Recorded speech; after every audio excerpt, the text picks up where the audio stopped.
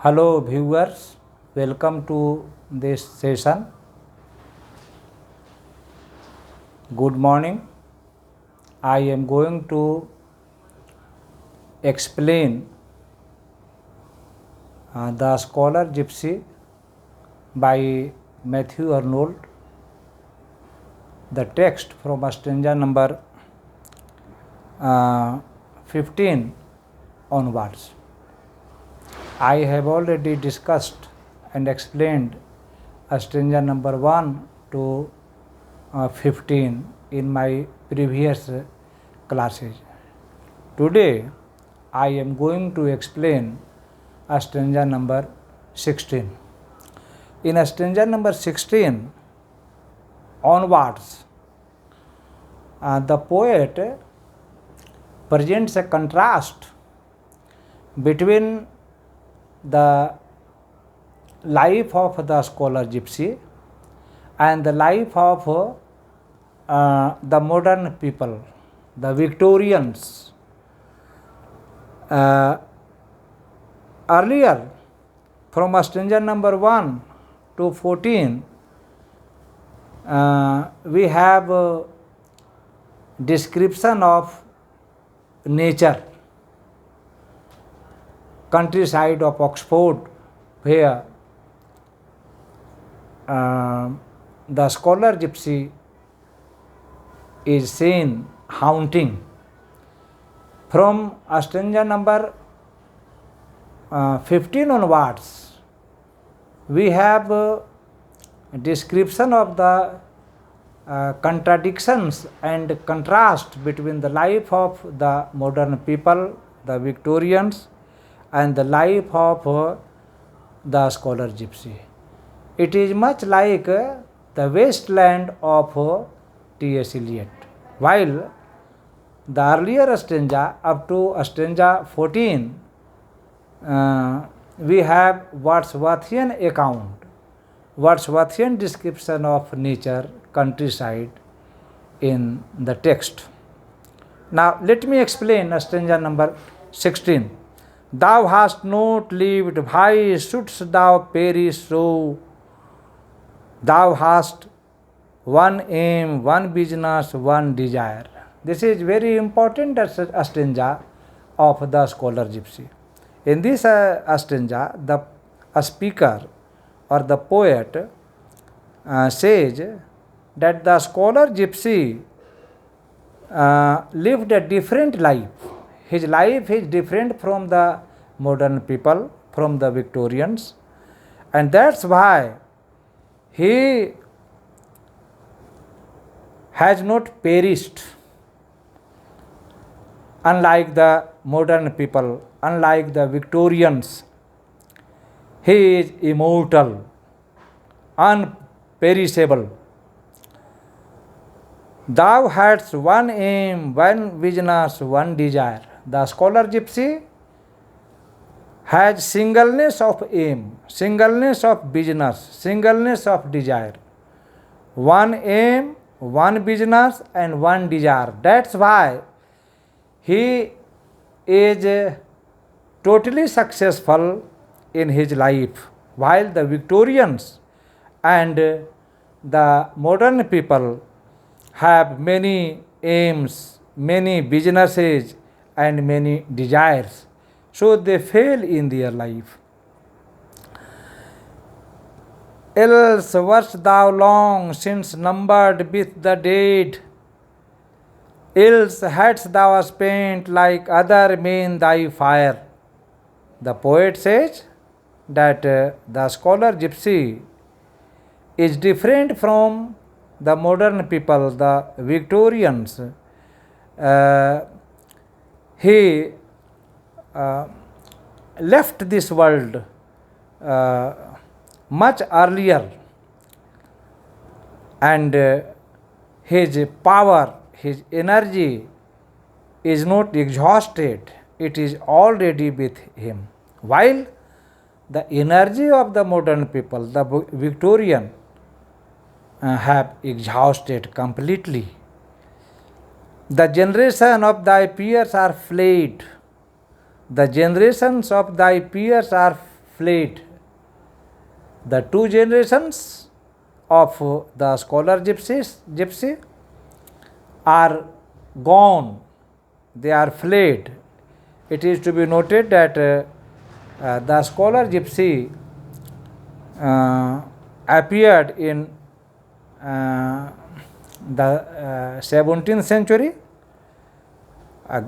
Joseph Glanville wrote The Vanity of Dogmatizing in 1661, in which the scholar gypsy is made immortal, in which we have a story of the scholar gypsy.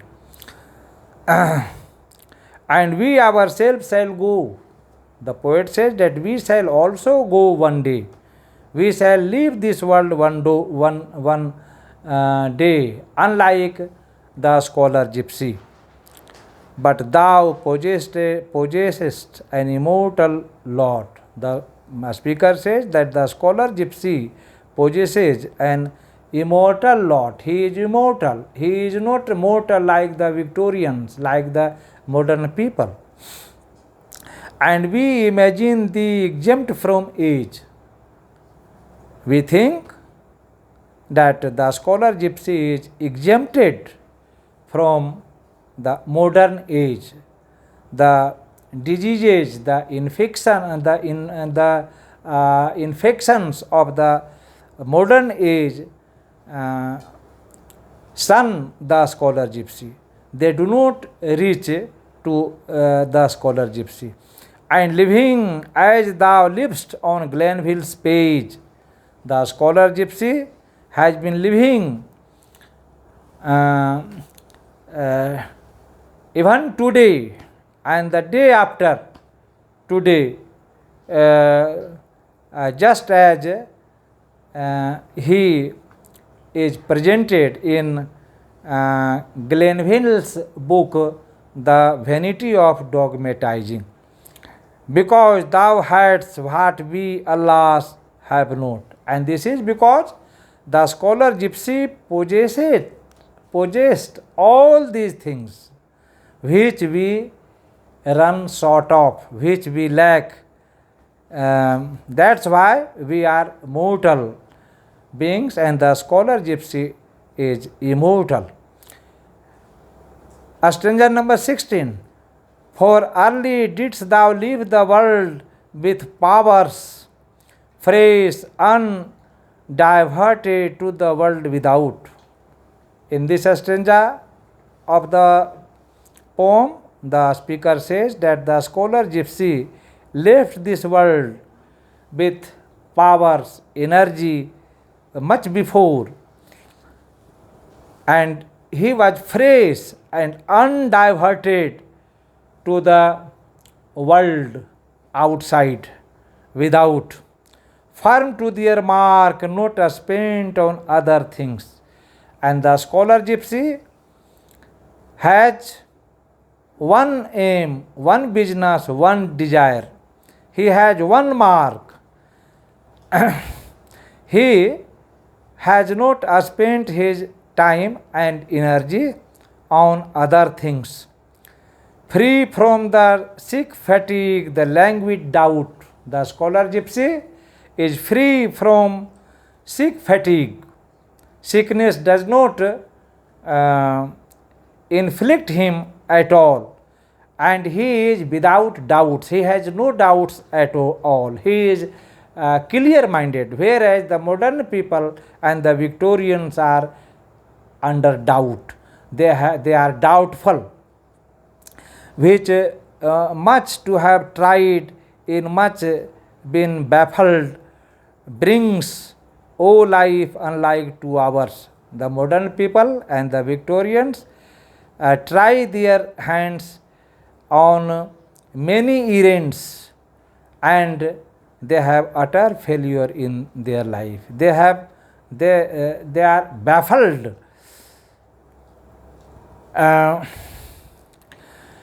His life is different from the life of the Victorians, the life of the modern people. who fluctuate idly without term or a scope. The modern people and the Victorian have fluctuation oftenly without term and a scope, of whom each strives not knows for what he strives. The modern people do not know what their attempt is, what they strive for. They do not know about their aims and destination at all. And each half lives 100,000 lives.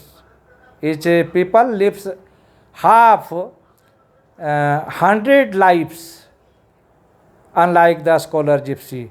Thou wait like thee, but not like thee in hope. Modern people and Victorians also wait for the good time to come, but they do not wait like the scholar gypsy. So the scholar gypsy is successful, while the moderns and the Victorians have utterly failed. Stanza number 18. Thou waitest for the spark from heaven, and we light half believers of our casual creeds. The scholar gypsy has waited for the spark to fall from heaven, and we are light half believers in our creeds, beliefs, religions, gods and goddesses, who never deeply felt nor clearly willed. The modern people and the Victorians never clearly feel nor clearly wish or desire anything, whose insight never has borne fruit in deeds. The work of the Victorians, the modern people, have never borne fruit in actions, in deeds, whose vague resolves never have been fulfilled. The resolves, the determinations of the modern people have never been fulfilled. They remain unfulfilled, incomplete forever. For whom each year we see breeds new beginnings, disappointments new. The modern people have beginnings every day, have disappointments, new beginnings every day, who hesitate and falter life away. They hesitate, modern people hesitate to do any significant work, significant thing, and lose tomorrow the ground won today. Oh, do not we wanderer await it too? The modern people lose the ground tomorrow that they win today. The poet expresses surprise that the modern people also wait for good time to come, but they do not wait like the scholar gypsy. So the modern people have failure in life, and the scholar gypsy has or had grand success in his life. I shall discuss the next stanza in my next class. Thanks for watching.